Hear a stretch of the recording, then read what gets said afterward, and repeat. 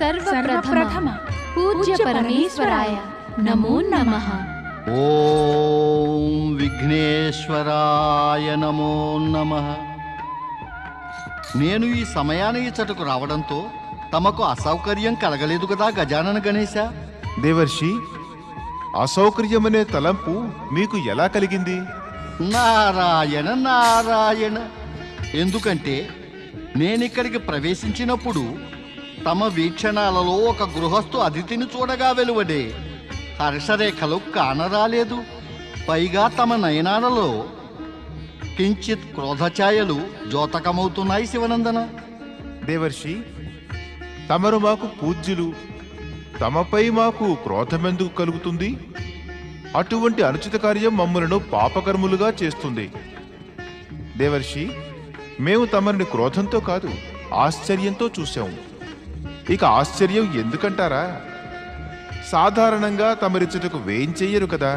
నేడు విచ్చేశారు అంటే అవశ్యం ఏదో ప్రత్యేక కారణంతోనే వేయించేసుంటారు.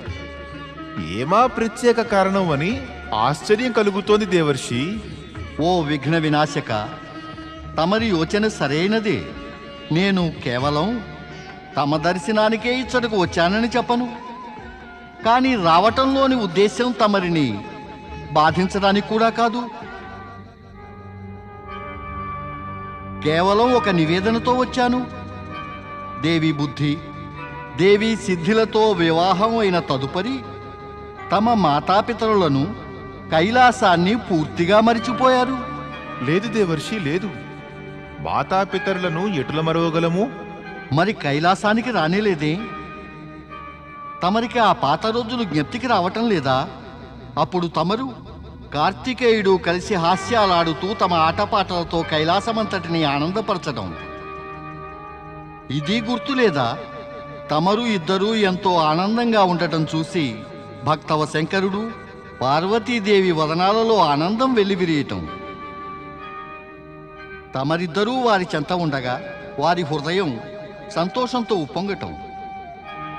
అంతేకాదు, కైలాసానికి పరమేశ్వరుడు, పార్వతీదేవుల దర్శనార్థులై వచ్చిన ప్రతి ఒక్కరూ తమ దర్శనం కూడా చేసుకుని ఎంతో ధన్యులయ్యేవారు. ఇవన్నీ జ్ఞప్తికి రావటం లేదా? జ్ఞప్తికి వస్తాయి దేవర్షి, తప్పక వస్తాయి. మరైతే తమరు ఇంతకాలంగా అతడికి ఎందుకు రాలేదు? తమరి మాతాపితరులు తమకై ప్రతీక్షిస్తూ ఉంటారు, కానీ ఎవరికీ ఏమీ తెలుపరు. వారి బాధను చూసి నేను చింతాక్రాంతుణ్ణయ్యాను. తమరి సముఖానికి ఈ బాధను తెలుపుటకే వచ్చాను.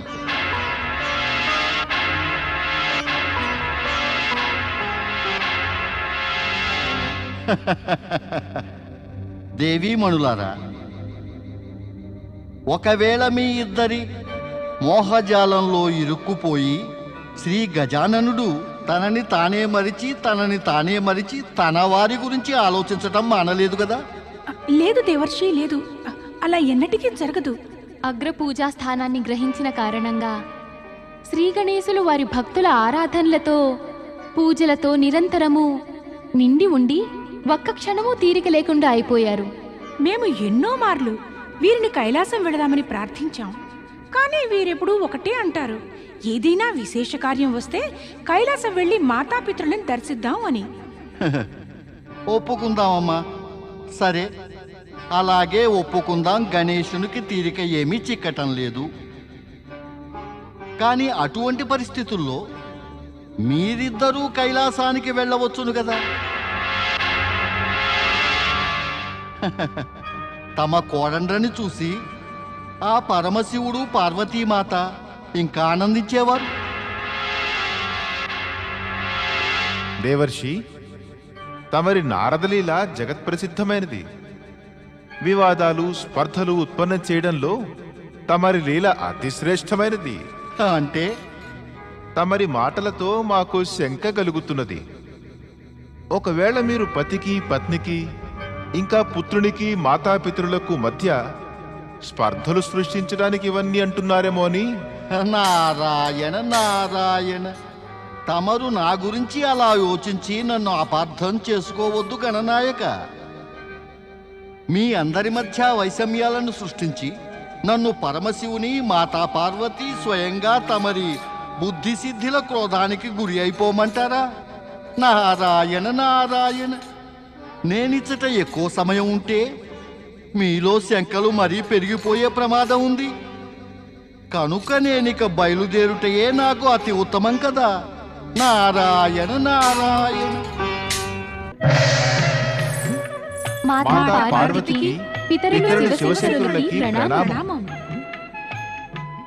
ఇంత అధిక సమయం వరకు తమ శుభాశీస్సులు పొందకుండా ఉన్నందుకు మమ్మల్ని క్షమించ ప్రార్థన. బుద్ధి సిద్ధి, గణేశుని వ్యస్తత నాకు తెలుసును. ఇక మీరిరువురు రాత్రి పగలు నా పుత్రుని సేవలో నిమగ్నులయ్యి గణేశుని భక్తులకు బుద్ధిని సిద్ధిని వృద్ధిని ప్రసాదిస్తున్నారు. అందులకే మీరిక్కడికి రాలేకపోవడంలోని అసక్తతని అర్థం చేసుకోగలను. మాత, నీకు తెలుసు కదా, మీ ఇరువురు కూడా నా హృదయ మందిరంలో విరాజమానులై ఉన్నారు. అందుకే ప్రాతకాలమే ప్రతిదినము మస్తకాన్ని వచ్చుకుని తమరి దర్శనం చేసుకుంటూ ఉంటాను. అత్యుత్తమం. బుద్ధి సిద్ధులతో ఉండటం వలన నీ భాష కళాత్మకంగాను అలంకారయుక్తంగానూ అయింది గణేశ. నటరాజు శివుడు ఆ నటరాజ్ఞి శక్తుల పుత్రుడైనందున నేను జన్మసిద్ధ కళాకారుణ్ణి. ప్రభు, ఇది ఎవరి సాంగత్య ప్రభావము కాదు. కానీ దేవర్షి నారదుడు గణేశలోకానికి వచ్చి మమ్మల్ని ఆందోళన పరిచాడు. మేము కైలాసానికి రాకుండా మాతాపితరుల భక్తికి విముఖులమవుతున్నామని. ఈ ఆరోపణని అసత్యమని నిరూపించడానికి మేం ముగ్గురము మీ సేవకై ఇసిదికి వచ్చాము. ఓం నమః శివాయ.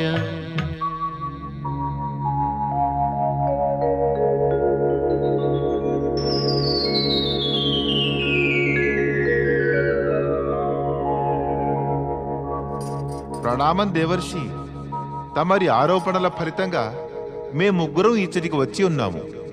నారాయణ నారాయణ.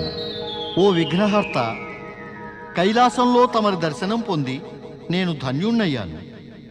ఓ పరమేశ్వర, నేను తమ చరణాలకు పారిజాత వృక్షం యొక్క ఈ దివ్య ఫలం సమర్పించవచ్చాను. కృపతో దీనిని స్వీకరించండి.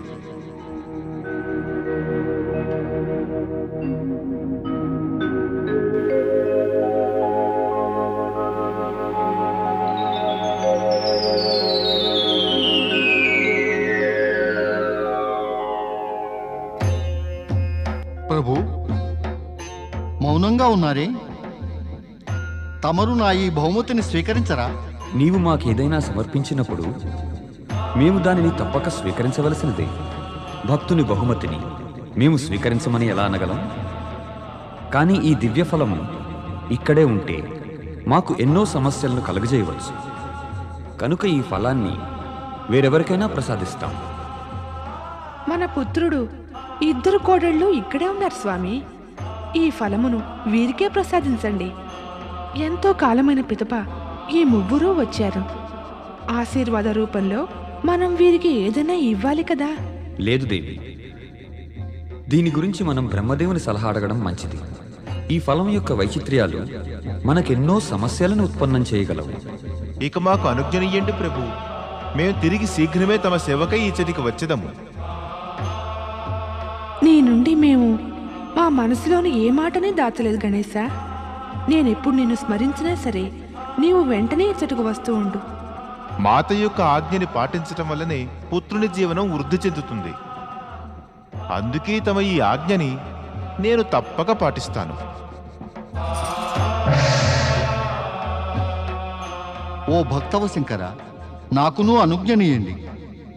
తమ చరణాలకు ఈ దివ్య ఫలాన్ని సమర్పించి నేను విముక్తి నొందాను. నారాయణ నారాయణ.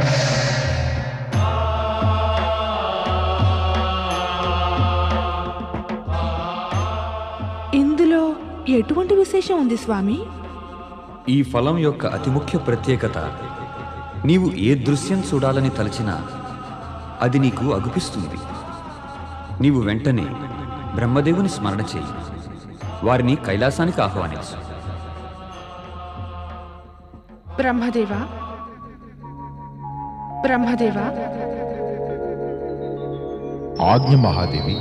శివశంకరులు తమరిని కైలాసానికి ఆహ్వానించకోరుతున్నారు. నేను శీఘ్రమే వస్తున్నాను మహాదేవి. ఓం నమ శివాయ. ఆజ్ఞాపించండి మహాదేవా. బ్రహ్మదేవ, మీరు మాకు ఈ దివ్యఫలం గురించి సలహా ఇవ్వాలి. నారదుడు పారిజాత వృక్షం నుండి తుంచిన ఈ ఫలం ఎన్నో సమస్యలు ఉత్పన్నం చేయగలదు. అందుకే అన్ని విధాలా ఉత్తమంగా తమరు దీన్ని కుమార కార్తికేయునికి ప్రదానం చెయ్యండి. అతనికైతే ఈ దివ్యఫలం అందరికన్నా ఎక్కువ ఉపకరిస్తుంది. అతను మల్లికార్జున జ్యోతిర్లింగ వద్ద కూర్చుని నిత్యము తన మాతాపితృలను దర్శించుకోవచ్చు. నిజానికి అసలు అతనికే ఈ ఫలం యొక్క అవసరం ఉంది. నిరంతరము మిమ్మల్ని కలవాలని వ్యాకులపడుతూ ఉంటాడు. కానీ తన భక్త జనులను విడిచి ఇక్కడికి రాలేడు. నిజంగా తమరు అతి ఉత్తమమైన సలహా ఇచ్చారు బ్రహ్మదేవ. మేము ఇప్పుడే కార్తికేయుని ఎదుటికి పిలిచి ఈ దివ్య ఫలాన్ని అతనికి ప్రసాదిస్తాం. పుత్ర కార్తికేయ, వెంటనే కైలాసానికి వచ్చేయి. మేము నీకొక ఉపహారం ఇవ్వదలిచాము. తమ ఆజ్ఞ ప్రకారమే మాత.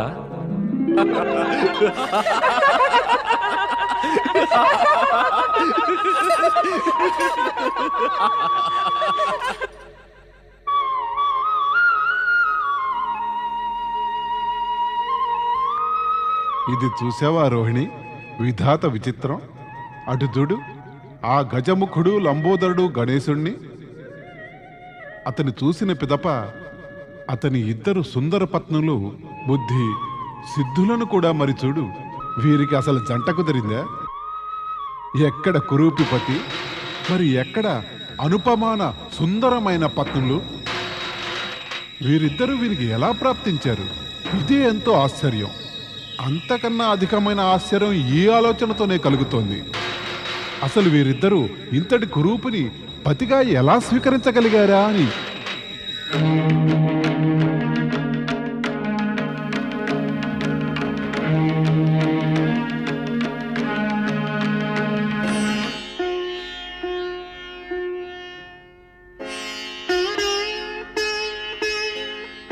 నా ఆహ్వానం అందినా కార్తికేయుడు ఇప్పటిదాకా ఇచ్చటికి ఎందుకు రాలేదు స్వామి? దేవి పార్వతి, కార్తికేయుడు అతని భక్తులలో సుబ్రహ్మణ్యేశ్వర స్వామి అనే నామంతో ప్రసిద్ధి నొందాడు. నీవు స్వయంగా చూశావు కూడా కదా. ఈ స్వామి భక్తులు తమ స్వామిని తమ నుండి ఒక్క క్షణమైనా సరే దూరంగా ఉండడం సహించలేరు. అందుకే కార్తికేయునికి రావడానికి జాప్యం అవుతూ ఉండవచ్చు. నువ్వు అధైర్యపడవలసిన అవసరమే లేదు.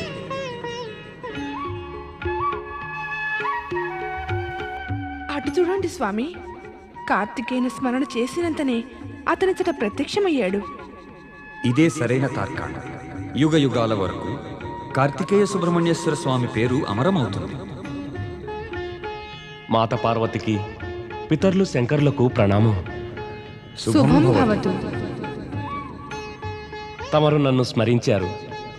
నేను ధన్యుణ్ణయ్యాను. ఈనాడు నిన్ను కలిసేందుకు కారణం దొరికింది. అందుకే నేను ఇక్కడికి పిలిచాం పుత్ర. ఇందుకు కారణం దేవర్షి నారదుడే. పుత్ర కార్తికేయ, దేవర్షి నారదుడు మాకు పారిజాత వృక్షం యొక్క ఈ దివ్య ఫలాన్ని తెచ్చి ఇచ్చాడు. దాన్ని మేము నీకు ప్రసాదిద్దాం అనుకుంటున్నాం.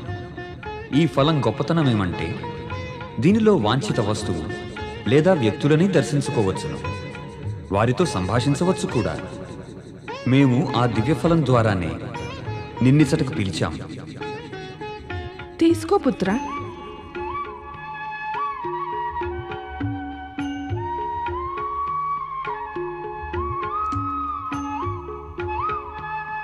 ఈ ఫలాన్ని నీ వద్ద ఉంచుకొని ఇచ్ఛానుసారంగా మాతో సంభాషిస్తూ ఉండవచ్చు. మమ్మల్ని చూడనూగలవు.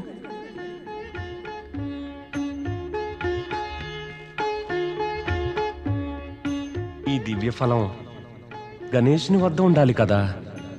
చిన్న సోదరుడైనందువలన ఈ ఫలంపై ప్రథమాధికారం గణేశునిదే.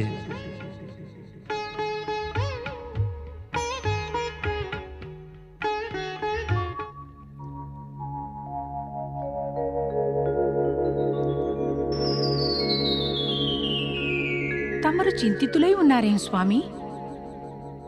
ఏమిటో చెప్పండి స్వామి. మీరు చింతగా ఉంటే మాకు బాధ కలుగుతుంది. తమ చింతకి కారణం ఏమిటి? మేము ఈ క్షణమే దానిని అంతం చేసేస్తాము. స్వీకరించండి స్వామి.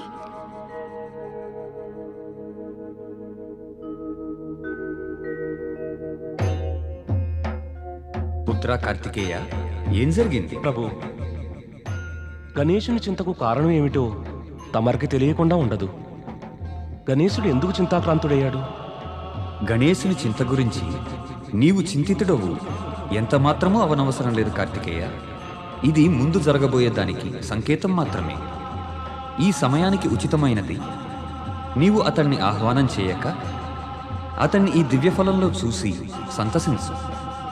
శీఘ్రంగానే నీవు అతనిని ప్రత్యక్షంగా కలిసే అవకాశం ప్రాప్తిస్తుంది. తమరి ఆజ్ఞ ప్రకారమే మహేశ్వర. మాత, ఇక తమరు నేను శ్రీశైలం వెళ్లేందుకు అనుజ్ఞనిస్తారా?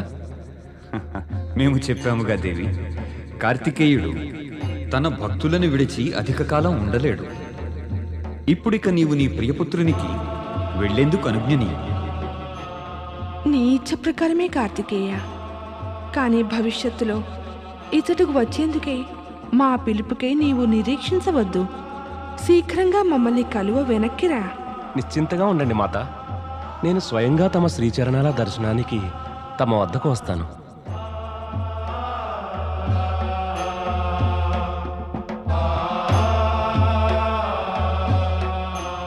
గణేశుని చింత ఏదో నన్ను చింతాగ్రస్తురాలు చేసింది స్వామి. తమరో మాట చెప్పండి. బుద్ధి సిద్ధులు ఇరువురూ చెంతనుండగా కూడా గణేశుని చింతకు కారణమేమిటి? దేవి పార్వతి, సమయాత్ పూర్వమే రహస్యం బట్టబయలు అయిపోతే దానివలన భావి సంఘటనలు ప్రభావితం అవుతాయి. అవి జరగకుండా విఘ్నాలు కలుగవచ్చు. సరైన సమయానికి అన్ని విషయాలు నీకు పూర్తిగా అర్థమవుతాయి. అప్పటిదాకా నీవు నిశ్చింతగా ఉండి వేచి ఉండు.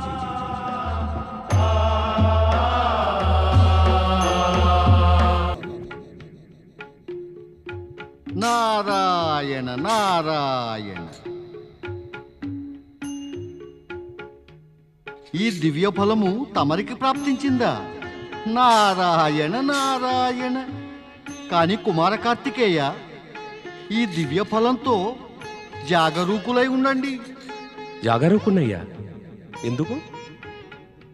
మాత మాతో చెప్పారు ఈ దివ్య ఫలాన్ని తమరే మా తండ్రి మహాదేవునికి ఇచ్చారని. మరిప్పుడు తిరిగి తమరే ఈ దివ్య ఫలంతో జాగరూకున్నై ఉండమనంటున్నారు. ఏదైనా రహస్యం దాగి ఉంటే అది మాకు తెలియజేయండి దేవర్షి. ఈ ఫలం గురించిన వివరాలు తమకే ఎంతో బాగా తెలిసి ఉంటాయి. నారాయణ నారాయణ. కుమార కార్తికేయ, తమరు నావలనే బాలబ్రహ్మచారి కదా. ఈ దివ్య ఫలం సంపర్కానికి ఎప్పుడైతే నేను వచ్చానో, కాదు కాదు, ఎప్పటి నుంచి ఇది నా సంపర్కంలోకి వచ్చిందో అప్పటి నుంచి ఇప్పటిదాకా కలిగిన అనుభవాలు ఇవి. ఈ దివ్య ఫలం ఒకే రకమైన దృశ్యాన్ని చూపుతుంది. వాటిలో ప్రేమతత్వం ప్రధానమై ఇక దేవీమణుల ప్రసక్తి ఎక్కువే. అయితే దీని ప్రభావం మాపై పడుతుందా?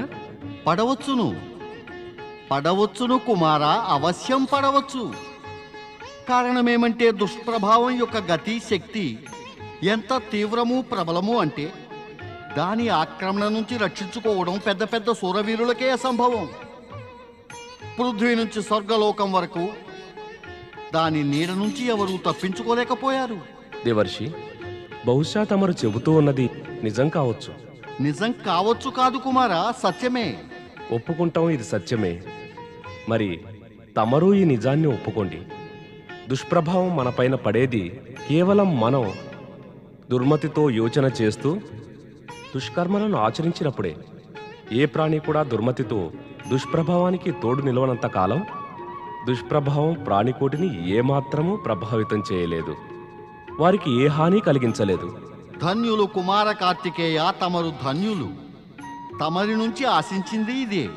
పరమశివశంకరుల అపార కృప వలన తమరు సన్మతి కలవారు, సత్కర్మలనే చేసేవారు. నిశ్చయంగా ఈ దివ్య ఫలం తమపై ఎట్టి ప్రభావము చూపనే లేదు. అయినప్పటికీ తమరు మమ్ము దీనితో జాగరూకున్నై ఉండమని అన్నారుగా. చెప్పానుగా కుమారా, ఈ దివ్య ఫలం విషయంలో నా అనుభవాలు చేదైనవి.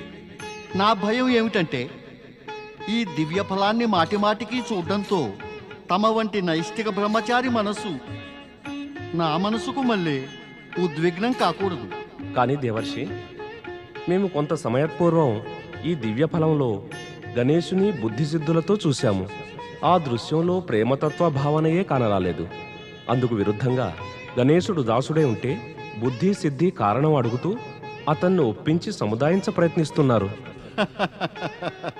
నారాయణ నారాయణ.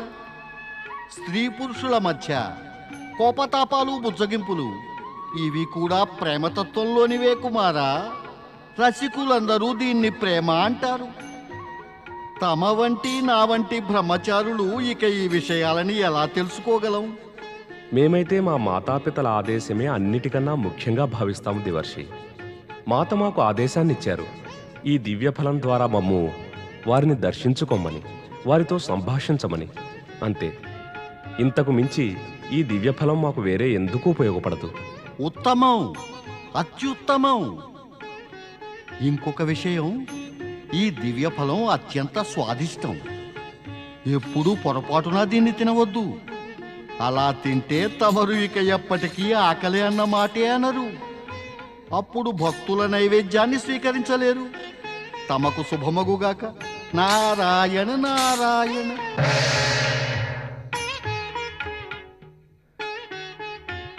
తమరిప్పటి వరకు చెప్పినది అంతా మాకు ముందు నుంచే తెలియను దేవర్షి. ఈ ఫలముతో మాతాపితల దర్శనం తప్ప ఇక నాకు వేరే ఉపయోగం లేదు.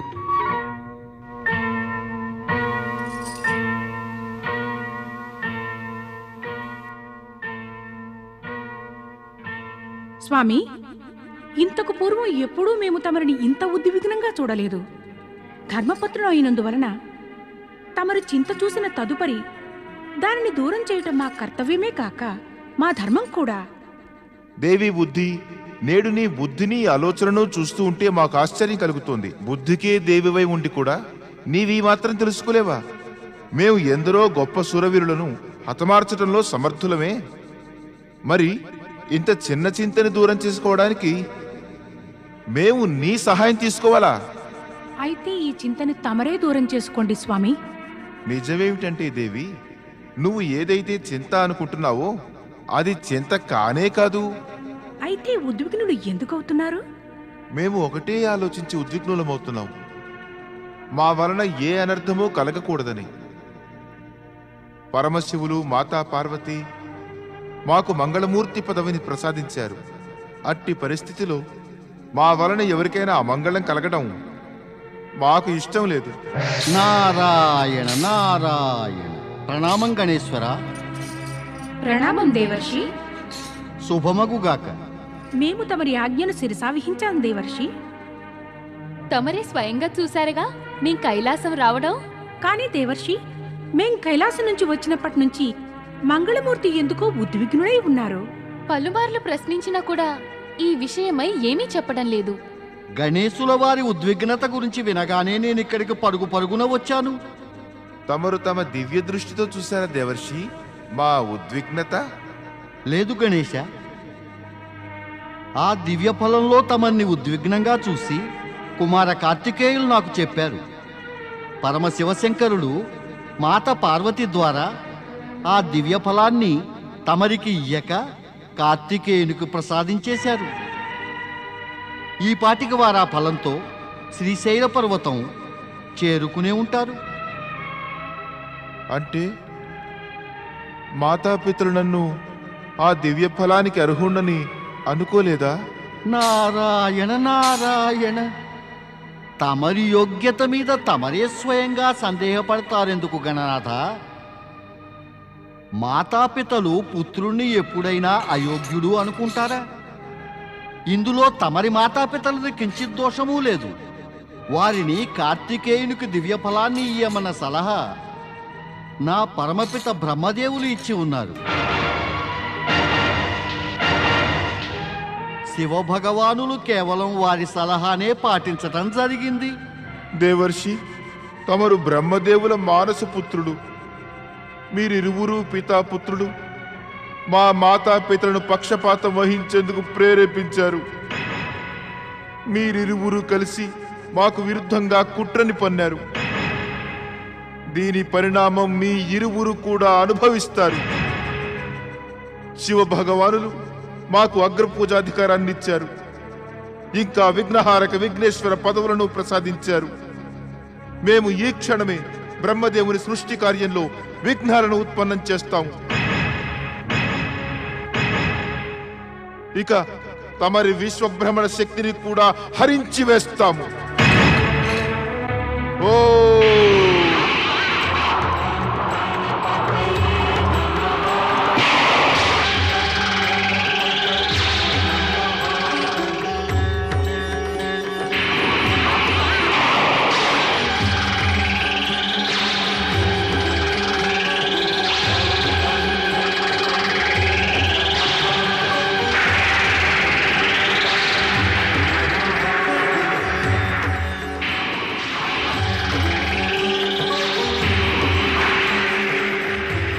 అకస్మాత్తుగా బ్రహ్మలోకం కంపిస్తోంది బ్రహ్మదేవా.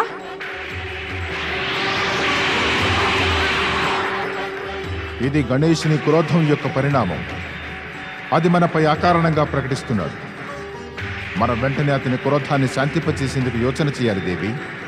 ఏం యోచన స్వామి? గణేశుని క్రోధాన్ని కేవలం శివశంకరుడే శాంతింపచేయగలరు. గణేశ, శాంతించండి, శాంతించండి. తమరు శాంతించండి గణనాథ. అవును స్వామి, శాంతించండి స్వామి. క్రోధాన్ని విడిచిపెట్టండి స్వామి. తమరు ముందు పరిస్థితి నిజానిజాలు గ్రహించండి. అవును స్వామి, ఒకవేళ తమరు ఊహించినట్టుగా నిజంగా జరగలేదేమో. పరిస్థితిని పునః పరిశీలించండి స్వామి. తమరు విఘ్నహారకులు. విఘ్నాలను ఉత్పన్నం చేయడం తమరికి శోభస్కరం కాదు. తమరు శాంతించకపోతే సమస్త జగతినందు ప్రళయం వచ్చేస్తుంది. మా క్రోధం బ్రహ్మదేవులు లేదా బ్రహ్మలోకం పైన కాదు, వారి సృష్టిపై అంతకంటే కాదు. మరి మీ క్రోధం ఎవరిపైన గణేశ? నిర్మాణ కార్యం మీద. సృష్టి నిర్మాణ కార్యం ఆగిపోయింది. బ్రహ్మదేవులు బ్రహ్మలోకం నుంచి అదృశ్యులైపోయారు. కానీ తమరు నా విశ్వభ్రమణాన్ని ఆపకండి, లేదంటే నా ప్రాణాలు కొట్టుమిట్టాడుతాయి. శ్రీ గణేశ, నేనెప్పుడూ నిర్దోషిని మాత్రమే. తమరి క్రోధానికి కారణంలో నా పాత్ర ఏమీ లేదు శ్రీ గణేశ. అవును స్వామి, దేవర్షి అన్ని విధాలా నిర్దోషి. వీరు మాత్రం తమరికి విరుద్ధంగా కుట్రనెందుకు పన్నుతారు? దేవర్షి, భవిష్యత్తులో సావధానులై ఉండండి. నేను సదా సావధానంగానే ఉంటాను. నా అంతటి సావధాన పరుడు సంపూర్ణ జగత్తినందే ఇంకొకరు లేనే లేరు. నా పేరు నారదుడు కాకుండా సావధానపరుడు అవ్వాల్సింది శ్రీ గణేశ. ఇంత సావధానంగా ఉన్నప్పటికీ నేను అకారణంగా ఎక్కడో అక్కడ కష్టాల్లో ఇరుక్కుంటూ ఉంటాను. ఆలోచిస్తాను, మరి అసావధాన ప్రాణులు ఉంటారు కదా, వారి స్థితి ఎలా ఉంటుందోనని. గణనాయక, నాకిక అనుజ్ఞనియ్యండి, నే వెడతాను. నారాయణ నారాయణ. పుత్ర గణేశ, శీఘ్రమే కైలాసానికి రా. మేము నీకై ప్రతీక్షిస్తూ ఉన్నాము. శాంతించు గజానన, వెంటనే ఇక్కడికి కైలాసానికి రా. పితాశ్రీ, మాతా పార్వతి తమర్ని వెంటనే కైలాసం రమ్మంటున్నారు. మాతాపితల ఆజ్ఞని పాటించడం తమరి కర్తవ్యం స్వామి. స్వామి, మేము కూడా మీ వెంట కైలాసానికి రామా? వద్దే వద్దు, మేము ఒంటరిగానే వెడతాం. బహుశా నా ఉద్దేశంలో సంకటంలో ఇరుక్కున్న బ్రహ్మదేవులే మహాదేవుని మమ్మల్ని పిలువనంపేలా చేసుంటారు.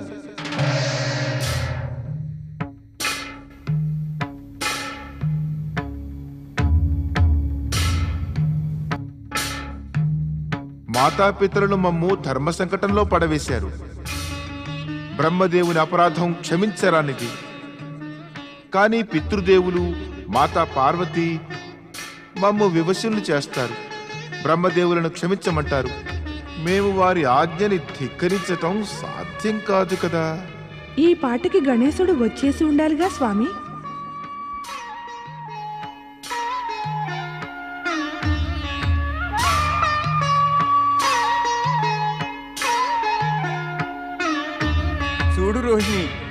గజముఖ గణేశుడు పశువులాగా ఏ విధంగా ఉద్విగ్నతలో ఉండి తొండంతో ఆడుకుంటున్నాడో పాపం. బుద్ధి సిద్ధుల భాగ్యంలో ఈ తొండంగల గణేశుడే రాసున్నాడు. అర్థమే కాదు, ఈ వికారవదనుడితోటి ఆ ఇద్దరు బుద్ధి సిద్ధి దేవీమణులు ఎలా కాపురం చేస్తూ ఉన్నారు? నాకు వారి దుర్భాగ్యానికి జాలేస్తోంది.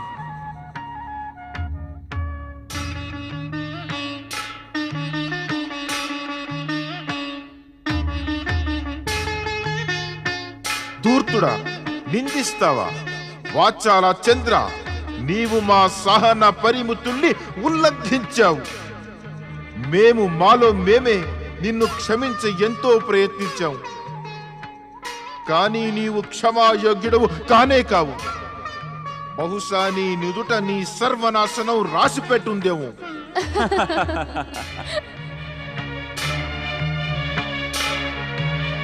ఇదే మేము నీకు శాపాన్నిస్తున్నాము. చంద్రలోకం నుండి నువ్వు పతనమవుతావు. నీ వెలుగంతా కూడా క్షీణించిపోతుంది. నీవు కళంకితుడవై, కాంతి విహీనంగా, శక్తిహీనుడవై దశ దిశలా తిరుగుతావు.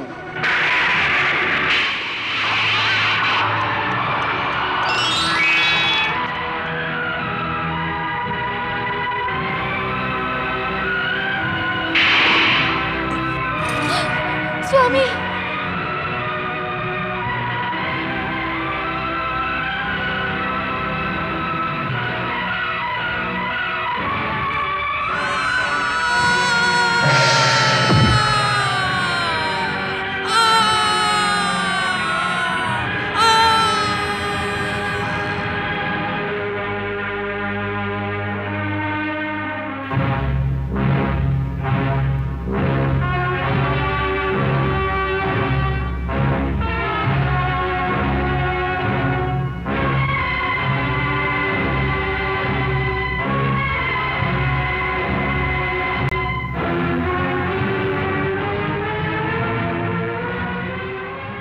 మహాదేవులు, మాతా పార్వతులకు గణేశుని ప్రణామాలు. మమ్ము క్షమించండి పరమేశ్వర. దుష్టుడు చంద్రుణ్ణి శపించటం అనివార్యమైపోయింది. ఆ దుష్టుణ్ణి దండించకుండా విడిస్తే పూజ్య దేవతలను పరిహసించటం ఒక పరంపరలా ఆరంభమైపోతుంది. మరిక జగతిలో శ్రద్ధ, భక్తి, పూజ్యభావం పరిసమాప్తమైపోతాయి. మేము నీ తర్కాన్ని సమర్థిస్తున్నాం గణేశ. యుగాల పూర్వం మేము చంద్రుణ్ణి ఉద్ధరించి అతన్ని దక్షిణ శాపం నుండి విముక్తుణ్ణి చేశాం. అంతేకాక అతన్ని హెచ్చరించాం తన హద్దులు మర్యాదలు అతిక్రమించవద్దని. అయినప్పటికీ కూడా చంద్రుడు ఇప్పటి వరకు తన మూఢత్వాన్ని విడిచినట్లు లేడు. అందుకే అతన్ని దండించవలసిందే. ఇప్పుడిక నీ క్రోధాన్ని శాంతింపచేయి పుత్ర గణేశ. ఈ బ్రహ్మదేవులను సృష్టి నిర్మాణం తిరిగి ఆరంభించమని నీవు వేడుకో. గణేశ, బ్రహ్మదేవులు నీకు పూజ్యులు. ప్రప్రథమంగా వీరికి ప్రణమిల్లు. మాకు నమ్మకముంది పార్వతీపుత్రుడు తన ధర్మాన్ని పాటిస్తాడని. ప్రణామం బ్రహ్మదేవ. శుభం భవతు. గణేశ, నీ క్రోధాన్ని, భ్రమని దూరం చేసుకునేందుకు ఈ నిజాన్ని తెలుసుకో. నీ పితృదేవులు శివశంకరులే దివ్యఫలం విషయమే సలహా సంప్రదింపులకని బ్రహ్మదేవులను కైలాసానికి ఆహ్వానించారు. ఇక బ్రహ్మదేవుల సలహానుసారంగానే ఆ దివ్యఫలం నీ యొక్క భ్రాత కార్తికేయునికి ఇచ్చి మేము అతని పట్ల ఎట్టి పక్షపాతమూ ప్రదర్శించలేదు. భ్రాత కార్తికేయునికి దివ్యఫలం సంప్రాప్తించినందుకు మాకు ఆనందమే. వారికి విరుద్ధంగా మా మనసులో ఎట్టి శంకా ద్వేషము లేవు. మా మది క్షోభిస్తున్నది మమ్ము తమరి ఆశీర్వచనానికి యోగ్యునిగా తలచనందుకే. అందుకే మేము ఇదంతా దేవర్షి బ్రహ్మదేవుల ప్రేరణతో జరిగిందని అనుకున్నాము.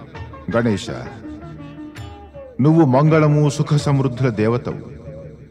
మేం బ్రహ్మ విష్ణు మహేశ్వరం నీకు సర్వశ్రేష్ఠత గౌరవం ప్రసాదించాము.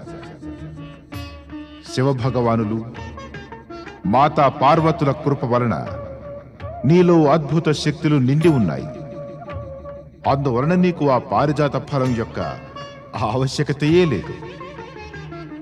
ఆ దివ్య ఫలాన్ని సార్థకంగా, సురక్షితంగాను, హానిరహితంగాను ఉపయోగించటం కుమార కార్తికేయునికి తప్ప అన్యులెవరికీ సాధ్యం కాదు.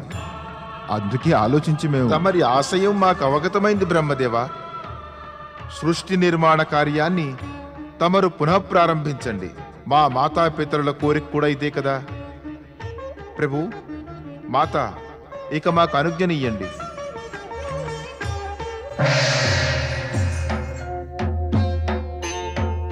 ప్రభు, తమరు గణేశునికి చంద్రుని శాప విముక్తి గురించి చెప్పనేలేదు. దేవి, మనం గణేశుని ప్రతి పనిలోనూ కల్పించుకుంటే అతని సర్వపూజనీయతకు భంగం కలుగుతుంది.